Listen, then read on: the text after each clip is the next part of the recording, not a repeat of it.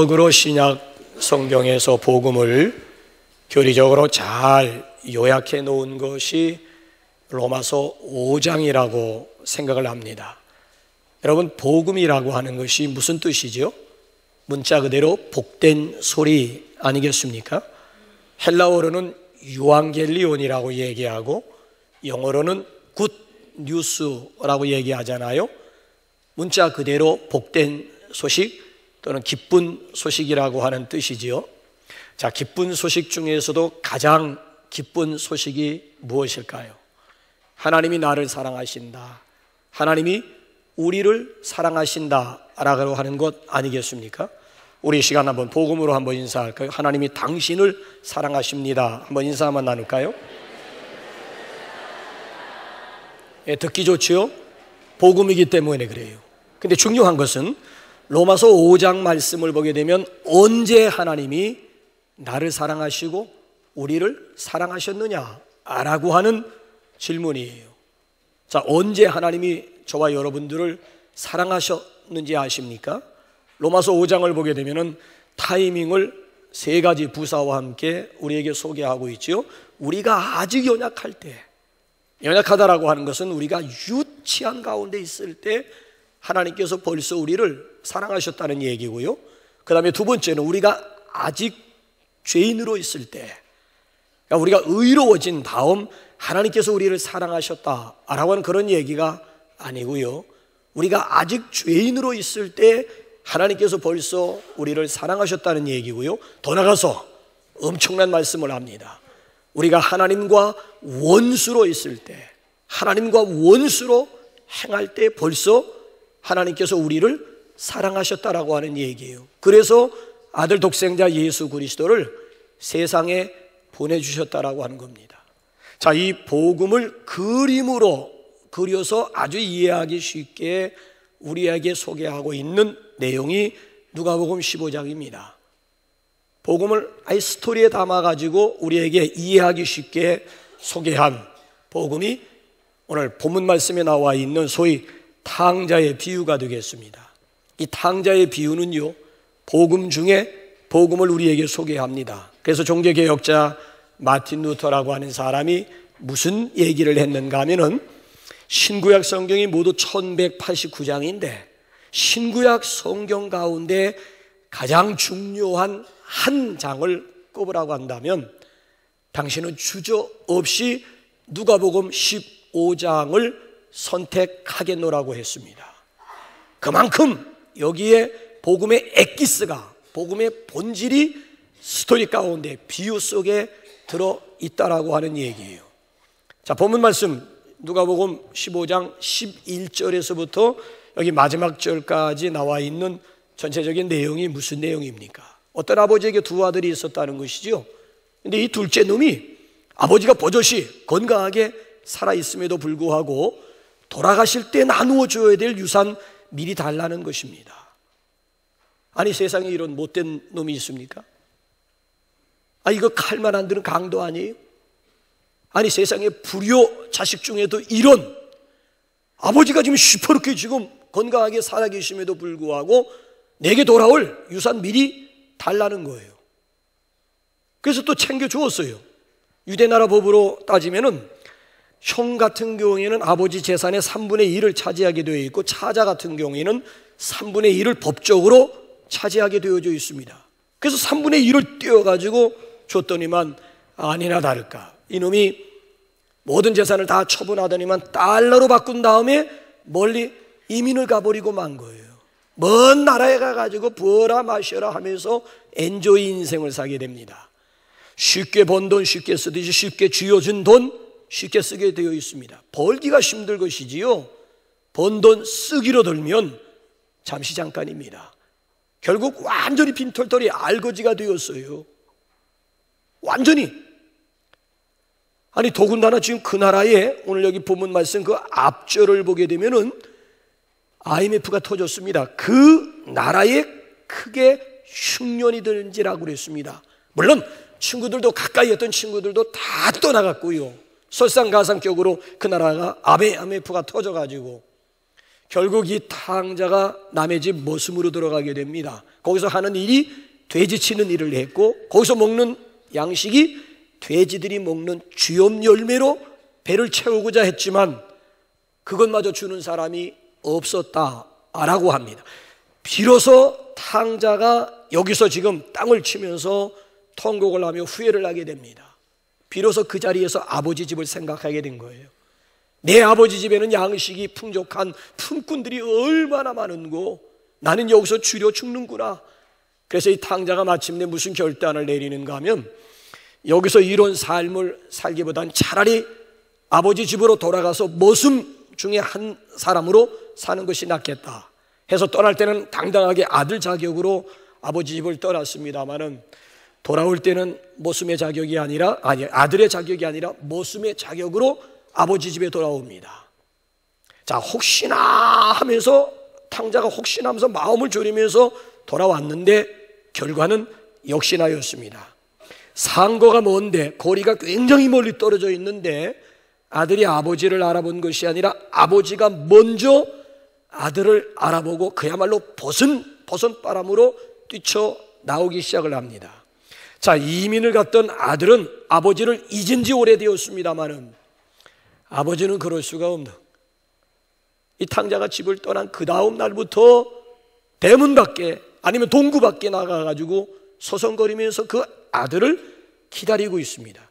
이것이 바로 하나님의 모습이라고 하는 거예요. 웨이팅 갓, 기다리고 계시는, 마냥 대문 열어놓고 기다리고 계시는 아버지의 모습이 곧 하나님의 모습이에요. 어디 그뿐인 줄 아십니까? 탕자가 돌아왔을 때 종도를 시켜가지고 목욕을 신겨라, 신발을 신겨라, 금가락지를 끼워라, 살찐 송아지를 잡으라. 그래서 탕자가 집에 돌아올 때 제일 싫어하는 놈이 송아지들이었답니다.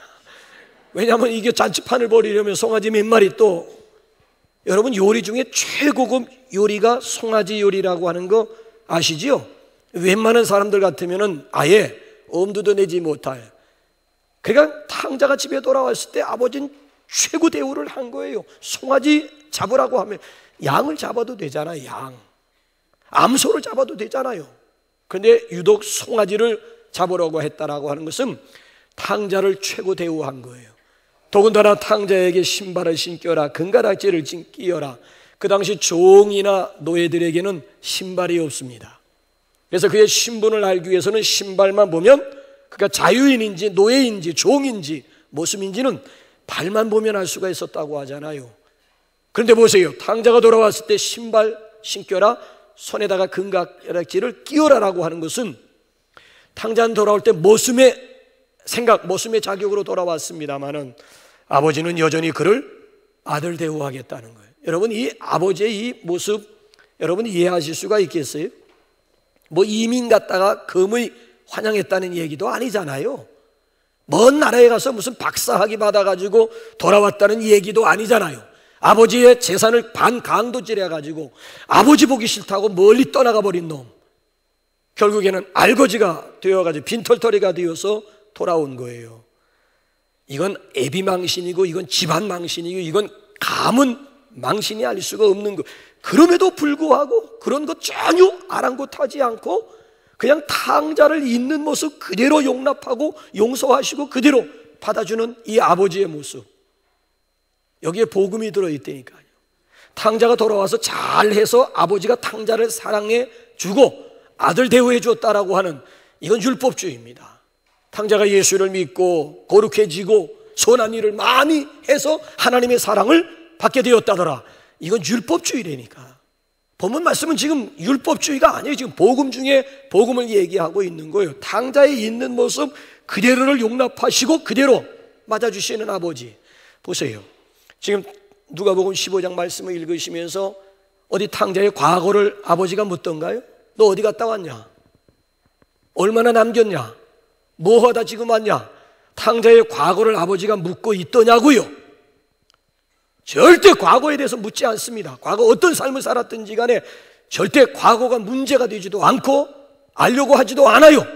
그냥 다만 탕자가 아버지 집으로 돌아왔다는 그 자체만으로 아버지의 기쁨이고, 있는 모습 그대로 지금 그대로 환영하면서 영접하고 있는, 아니 잔치판을 벌이고 있는 이 아버지의 모습, 여기에 진정한 복음이 담겨 있다는 거예요. 하나님은 오늘도 우리의 있는 모습 그대로를 맞아주시는 참 좋으신 하나님인 줄로 믿습니다. 자, 이런 아버지의 모습에 대해서 반기를 든 사람이 오늘 본문에 등장하는 거예요. 누굽니까? 28절 한번 읽어보실까요? 시작.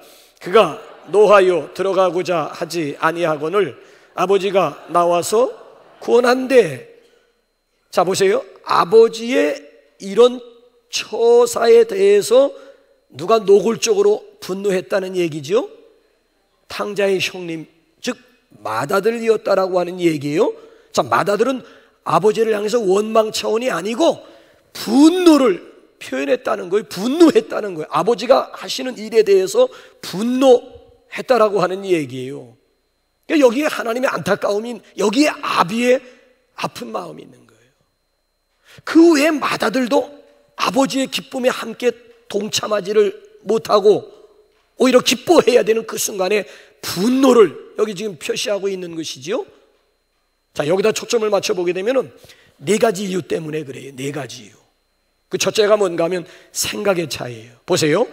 아버지는 탕자를 어떻게 생각을 했는가 하면은, 우리 한번 24절과 32절 한번 반복되는 구절 한번 주목해 보실래요? 시작. 이 내 아들은 죽었다가 다시 살아났으며 내가 잃었다가 다시 얻었노라 하니 그들이 즐거워하더라. 32절 시작. 이 내 동생은 죽었다가 살아났으며 내가 잃었다가 얻었기로 우리가 즐거워하고 기뻐하는 것이 마땅하다 하니라. 보세요. 아버지는 탕자에 대해서 죽었다가 다시 살아난 아들, 잃었다가 다시 찾고 잃었다가 다시 얻은 아들이라고 생각을 하니까 기뻐하면서 잔치판이 벌어진 거예요. 근데 형님은 정반대였다니까요. 자, 우리 한번 30절 한번 가볼까요? 형님은 어떻게 생각을 하는지. 형님 생각도 봐야죠. 시작. 아버지의 살림을 장녀들과 함께 삼켜버린 이 아들이 돌아오매 이를 위하여 살찐 송아지를 잡으셨나이다. 그래, 형님은 아버지와는 정반대로 잃었다 뭐 얻었고 죽었다 살아났다 뭐 이런 차원이 아니고, 오늘 여기 본문 말씀을 보게 되면 얻은 걸 오히려 잃는다고 생각을 하는 거예요. 그러니까 자기 동생으로 생각한 것이 아니라 경쟁자로 보았고, 이건 존벌레로 본 거예요. 존벌레. 왜냐하면 탕자는 이미 아버지에게로 돌아올 분깃을 다 받아가지고 탕진을 한 거예요. 그러면 지금 남아있는 아버지 집의 재산은 누구의 것입니까? 형님 것이지. 3분의 2에 해당하는 형님 몫이란 말이에요. 아니, 더군다나 지금 탕자가 돌아왔다고 해서 지금 살찐 송아지를 잡으면서 잔치판을 벌이고 있는데 이 잔치 비용 다 누구 거예요? 형님 거예요. 형님 거. 그러니까 형님 입장에서 탕자, 자기 동생을 바라볼 때는 이건 내 재산을 축내는, 이거는 존벌레라고 생각을 했다라고 하는 얘기지요.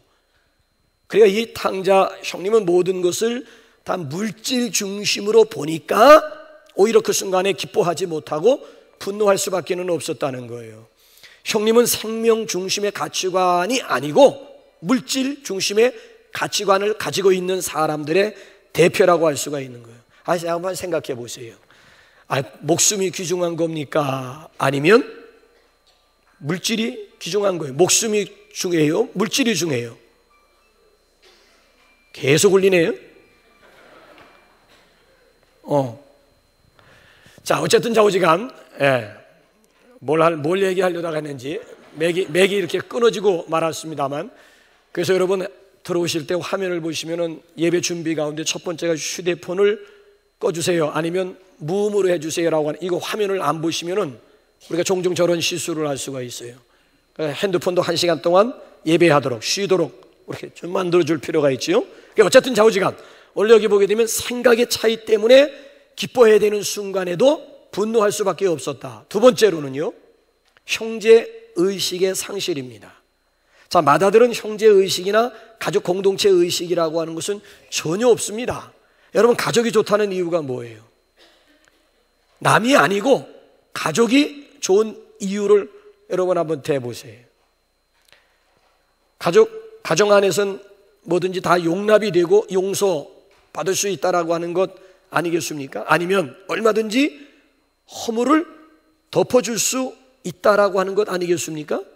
아버지는 탕자의 허물을 다 덮었어요. 과거 묻지 않아요. 그냥 탕자 있는 모습 그대로 용서하고 이미 용납을 해요. 자, 그런데 이 형의 생각, 형의 자세는 전혀 아닙니다. 오히려 동생의 허물과 실수를 들추어내서 나팔을 불기 시작을 합니다. 그래서 여러분 여기 본문 말씀을 보게 되면 아버지의 살림을 창녀와 함께 먹어버린 놈이라고 정죄를 합니다. 아버지의 살림을 장녀들과 창기들과 함께 먹어버린 놈이라고 까발리기 시작을 합니다. 아버지는 이 맏아들을 향해서 내 동생이라고 얘기를 해요. 그런데 이 형님은 전혀 내 동생으로 생각하지 않습니다. 이 아들이래, 이 아들. 아버지는 분명히 내 동생이 돌아왔다. 그랬더니만 이 동생이 아버지에게 보인 반응은 이 아들이 돌아오면 내 동생이 돌아왔다는 얘기 안 한다니까요. 이 아들이라고 하는 말을 영어 성경 보게 되면 Your son이라고 번역을 했어요. 당신의 아들. 내 동생 아니라는 거예요. 당신의 아들이 돌아왔던 것이지 내 동생이 돌아온 건 아니라는 얘기예요. 여기에 아버지의 안타까움이 있는 거예요. 아버지의 아픔이 바로 여기 있는 거예요. 어째서 아니 내 동생으로 생각했다면 측은지심이 들지 않겠어요? 알거지가 되어가지고 빈털터리가 되어가지고 거지 새끼가 되어가지고 돌아온 자기 동생으로 바라보았다면 오히려 그 순간 측은지심이 들게 되고 아버지의 잔치 자리에 함께 이 형님도 기뻐 춤을 추면서 함께 참여할 수가 있었을 텐데, 문제는 뭔가 하면 형제의식이나 가족 공동체의식이 이 맏아들 마음속에는 없었다라고 하는 얘기고요. 더 중요한 것은요, 무엇이 행복인가를 형님은 모릅니다. 그래서 학자들 간에는 오늘 본문 말씀에 나와 있는 맏아들도 제2의 탕자라고 얘기를 합니다. 한 놈은 집 밖에 있는 탕자고 또 한 놈은 집 안에 있는 탕자라고 규정을 해요. 그러면서 무슨 설명을 재미있게 곁들이는가 하면은 맏아들 마음속에는 동생을 부러워하는 마음이 있었다는 거예요. 아니 아버지가 버젓이 살아계심에도 불구하고 당당하게 유산을 요구하는 그 동생의 그 용기 있는 모습이 형님은 부러웠다는 얘기고요. 유산을 받자마자 그거 처분해가지고 달러로 바꿔가지고 먼 나라로 미련 없이 이민을 떠나는 그 동생의 모습이 형님은 너무 부러웠다는 거야. 더군다나 먼 나라에 가서 새로운 세계에서 새로운 경험을 하고 있는 자기 동생이 은근히 부러웠다는 거예요. 보세요. 몸은 분명히 집 안에 있습니다. 맏아들은 분명히 아버지 곁을 떠난 것은 아닙니다. 몸은 분명히 아버지 곁에 있음에도 불구하고 이 생각은 벌써 이미 제2의 탕자, 지금 집을 떠나가 있는 탕자와 다를 바가 없다니까요. 아니 몸만 이 안에 있다고 해서 효자라고 할 수가 있는 겁니까? 아니올시다예요. 오늘 여기 본문 말씀으로 여러 번 돌아와 보게 되면 참 재미있는 것이 뭔가 하면요, 오늘 여기 아버지를 향해서 형님이 막 그냥 토해내는 말들을 보면 굉장합니다. 뭐 내게는 염소 새끼 한 마리도 주워가지고 내 친구들로부터 같이 즐기게 하신 일이 없다느니 하면서 그동안 쌓여진 불만들이 한순간 그대로 막 폭발을 해가지고 쏟아놓기 시작. 탕자가 따로 없다니까요. 지금까지 꾹 참아왔을 따름이지 결정적인 순간에 본색이 탕자는 용기나 있어 밖으로 나가지요. 이 큰아들은, 이 맏아들은 용기조차 없었다라고 하는 이런 얘기가 지금 여기에 나오는 거예요. 구약에서 가장 지혜의 왕 하게 되면 구약이나 뭐 지금 역사 일에 가장 지혜스러운 왕 하면 여러분 누구를 떠올리세요? 솔로몬이죠. 자, 솔로몬의 지혜를 듣겠다고 각 나라 왕들이 내려라고 하는 유지들이 선물 보따리를 바리바리 싸가지고 솔로몬을 찾아와서 솔로몬의 지혜를 듣습니다. 그 중에 스바 여왕이 있어요. 자, 스바 여왕이 소문만 듣다가 직접 솔로몬 앞에 선물들을 가지고 와서 솔로몬의 지혜를 듣고 보니 기가 막히거든요. 그 순간에 이 스바 여왕이 뭘 부러워했는 줄 아세요? 솔로몬이 누리고 있는 부귀영화 명예 권세를 스바 여왕이 부러워했을 것 같습니까? 아닙니다. 그 순간에 뭘 부러워했는지 한번 열왕기상 한번 10장 8절 한번 보세요. 스바 여왕이 뭘 부러워하는지 보세요. 시작. 복되도다 당신의 사람들이요 복되도다 당신의 이 신하들이요 항상 당신 앞에 서서 당신의 지혜를 들음이로다. 자, 스바 여왕이 지금 이 순간 가장 부러워하는 대상이 누구예요? 솔로몬의 신복들, 솔로몬의 종들이었습니다. 왜 스바 여왕이 솔로몬의 종 또는 솔로몬의 신복들을 부러워하고 있을까요? 솔로몬과 함께 사는 것 자체가 행복이라는, 솔로몬 곁에서 시중을 들면서 솔로몬의 지혜를 들을 수 있다라고 하는 그 자체가 지금 최고의 여기 지금 행복이라고 그래서 지금 신복들을 여왕이 신복을 부러워하고 지금 종들을 부러워하고 있다니까요. 여러분, 그렇습니다. 아버지와 함께 사는 것 자체가 행복임을 마다들이 모르고 있는 거예요. 이 둘째는 먼 나라에 가서 비로소 그걸 아는 거야. 물질의 행복이 있는 줄 알았는데, 그래서 유산 미리 챙겨달라고 해서 먼 나라로 떠나갔는데, 먼 나라에 가서 살다 보니까 물질의 행복이 있는 것이 아니라 관계의 행복, 아버지와 함께 있는 것 자체가 행복이고 이게 축복임을 탕자는 비로소 깨달은 거야. 근데 정작 아버지와 함께 살고 있는 형님은 행복인 줄 모르는 거예요. 지금 아버지와 함께 살고 있는 그 자체가 지금 행복임을 전혀 지금 깨달지를 못하고 있는 거예요. 그러니까 이게 참 답답한 모습이 아닐 수가 없는 거예요. 물질의 행복이 있는 줄 알았는데 아니더라는 거예요. 관계의 행복이 있는 것이고 아버지와 함께 살고 있다라고 하는 그 자체가 행복이라다. 그래서 복 중의 복은 임마누의 복인 줄 믿으시기 바랍니다. 요한 웨슬리가 마지막 죽으면서 유언한 내용 가운데 묘비명을 유언했다고 그래요. 내가 죽고들랑 내 묘비명에는 이 한 문장을 새겨달라고 그랬다고 그래요. 무엇보다 가장 좋은 것은 하나님이 나와 함께, 우리와 함께 계시다는 것이다. 이 한 문장을 새겨달라고 그랬대요. 그러니까 요한 웨슬리야말로 무엇이 진정한 행복인가를 일찍이 깨달았다라고 하는 얘기죠. 무엇보다 좋은 것은 하나님이 나와 함께, 내가 하나님과 함께 생활하고 하나님과 동행한다라고 하는 것이 이게 최고의 행복이었다라고 하는 말이. 탕자의 형님이 이걸 진작에 깨달았더라면 얼마나 좋았겠어요. 탕자는 깨달았는데 정작 아버지 집 안에 아버지와 함께 살고 있는 형님은 깨달지를 못했다. 그러니까 원망불평이고, 그러니까 분노가 막 기뻐해야 될 그 순간에도 분노를 막 표시할 수밖에 없었다라고 하는 얘기예요. 관계에 진정한 행복이 있고 관계 속에서 감사를 찾을 수 있기를 주님의 이름으로 부탁드립니다. 자, 그런가 하면 마지막으로요, 결정적인 실수는 이 마다들은 아버지의 마음을 헤아리질 못했습니다. 지금 아버지의 마음이 어디에 가 있는가를 전혀 깨달지를 못해요. 자, 보세요. 탕자가 집을 떠난 그 다음 날부터 아버지가 대문 밖에 가서 소송거리고 동구 밖에 가서 소송거리고 있는 모습을 보면서도 아버지의 마음을 헤아리질 못하는 거예요. 밤에 잠을 자다가도 무슨 소리가 나면 버선바람으로 막 밖으로 뛰쳐나가는 아버지의 모습을 여러 차례 지켜보았음에도 불구하고 아버지의 마음을 이해하지 못해요.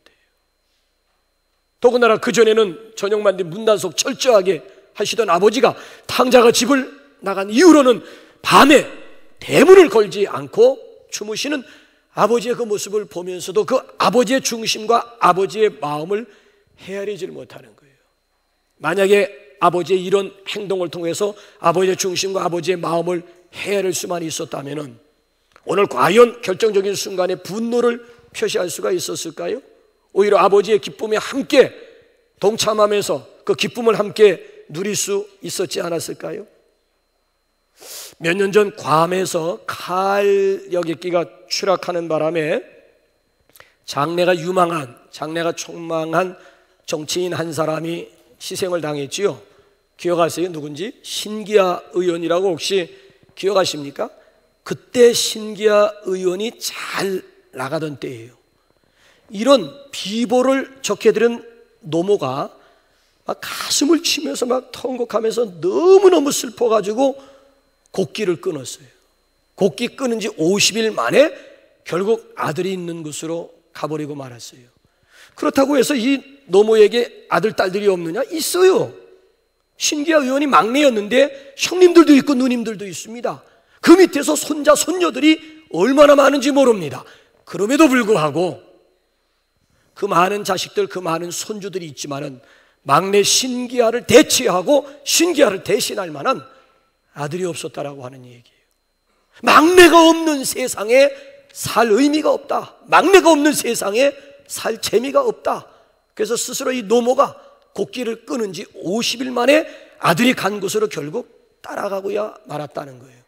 여러분, 이 노모의 마음 이해가 되십니까? 이해하실 수 있겠어요? 이 노모? 웬만한 사람들, 나와 있는 자식들이 몇 명인데 여러 명의 자식 중에 하나 없어질 수도 있는 거지 뭐. 뭘 그런 걸 가지고 곡기까지 끊고 굳이 그렇게까지. 아니에요. 여러분, 저는 이 노모의 마음 충분히 이해할 수 있을 것 같아요. 여러분, 하나님의 마음, 우리를 향한 하나님의 마음이 어떠한 줄 아십니까? 그 잃어버린 자를 찾고자 하는 그 하나님의 마음, 그 하나님의 소원을 담아가지고 우리에게 네가 내 대신 잃어버린 자를 찾아다오, 아니면 죽은 영혼 네가 살려내라, 죽을 영혼 네가 살려내라고 하는 이런 하나님의 음성이 들리십니까? 물론 하나님께서는요, 집안에 있는 아들도 사랑합니다.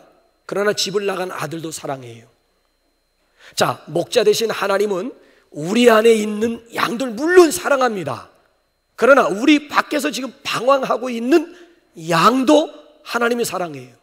집안에 있는 아들은 기쁜 마음 가지고 사랑할 것이, 집을 나간 아버지가 싫다고 집을 나간 아들은 아픈 마음 사랑하기는 매 일반이에요. 기쁜 마음 가지고 사랑하느냐, 아니면 아픈 마음 가지고 그 자식을 아버지의 사랑에는 변함이 없다라고 하는 거예요. 자, 위에 계신 아버지 하나님의 우리를 향하신 마음, 뜻이 뭔 줄 아세요? 우리 한번 세 구절만 읽으면서 정리 한번 해볼까요? 에스겔 33장 11절 한번 보세요. 시작. 너는 그들에게 말하라. 주 여호와의 말씀이니라. 나의 삶을 두고 맹세하노니 나는 악인이 죽는 것을 기뻐하지 아니하고 악인이 그의 길에서 돌이켜 떠나 사는 것을 기뻐하노라. 이스라엘 족속아, 돌이키라. 너희 악한 길에서 떠나라. 어찌 죽고자 하느냐 하셨다. 나는 악인이 죽는 거 기뻐하지 아니하, 오히려 그 악인이 돌이켜 사는 것, 죽는 게 아니라 사는 것을 기뻐하시는 하나님이에요. 신약에서 디모데전서 2장 4절 한번 보실까요? 디모데전서 4장 2절 시작. 하나님은 모든 사람이 구원을 받으며 진리를 아는 데에 이르기를 원하. 하나님은 원하시느니라. 하나님의 소원이 뭐예요? 모든 사람이 구원받는 거예요. 그럼 주님의 소원은, 하나님의 소원은 모든 사람이 구원받는 것이 하나님의 원이다. 그럼 주님의 소원은 뭘까요? 베드로후서 3장 한번 9절 볼까요? 시작. 주의 약속은 어떤 이들이 더디다고 생각하는 것 같이 더딘 것이 아니라 오직 주께서는 너희를 대하여 오래 참으사 아무도 멸망하지 아니하고 다 회개하기에 이르기를 원하시느니라. 주께서는 원하시느니라. 주께서는 원하신다는 거예요. 주님의 소원이 뭐라고요? 멸망이 아니고 회개요 구원임을 우리에게 분명하게 말씀하고, 그러니까 하나님의 뜻, 성경에 나와 있는 하나님의 뜻은 복수가 아니고 단수입니다. 하나님의 뜻이 여러 가지가 아니라는 거예요. 단수라고 하는 거, 단수. 그것은 뭔가 하면은 죽는 것이 아니고 사는 것이고 멸망이 아니고 구원임을 우리에게 말씀해 주고 있어요.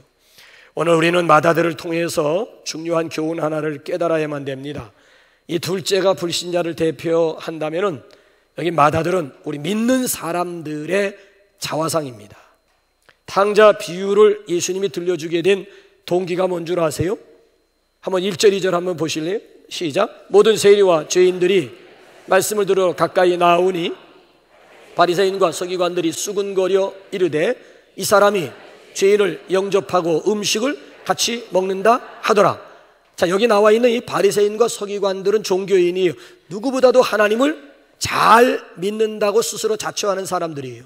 그런데 보세요. 세리와 죄인들이 말씀을 듣고 구원받는 자리로 나오는 것을 보고 원망하면서 수군거렸다는 얘기예요. 환영해주지 않았다는 얘기. 본문에 나와 있는 마다들을 얘기하고 있는 거예요. 마다들, 그렇잖아요? 동생이 지금 잃어버린 동생을 다시 찾았고 죽었던 동생이 다시 살아온다면 당연히 쌍수 들고 환영을 하면서 기뻐해야 할 집안에 있는 이 마다들이 오히려 지금 저기 서기관과 바리새인들이 원망하면서 수군거렸듯이 오히려 배척하고 있는, 둘 다 지금 맏아들이나 지금 종교인으로 자처하고 있는 바리새인이나 쌤쌤이라고 하는 얘기가 되지요.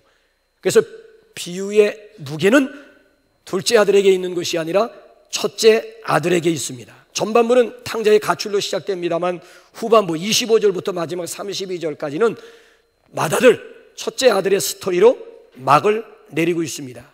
그래서 많은 사람들이 비유의 주인공은 둘째 아들이 아니고 맏아들이다, 요즘 와서 새롭게 지금 조명되고 있습니다. 그러니까 진짜 탕자는 둘째 아들이 아니고 맏아들이 진짜 탕자라고 하는 이 얘기. 집 밖에 탕자가 아니고 집 안에 있는 이 탕자가 더 문제라고 하는 이런 지적이에요. 이게 무슨 뜻입니까? 오늘 본문 말씀은 현대 교회의 타성을 책망하고 있는 메시지입니다. 신앙생활하면서도 이미 감사와 감격을 다 잃어버린 그리스도인들의 모습을 지적하고 있는 메시지예요. 복음의 본질을 상실하고 있는 현대교회, 교회의 본질을 상실하고 있는 현대교회를 지적하고 있는 메시지라고 하는 얘기예요. 바리새인은 이름 그대로 구별되었다, 스스로 구별된 척하면서 자기들끼리만 교제하지 세리와 죄인들과는 아예 거리를 두고 있는 이 바리새인들의 이 위선, 이거 지금 지적하고 있는 거예요.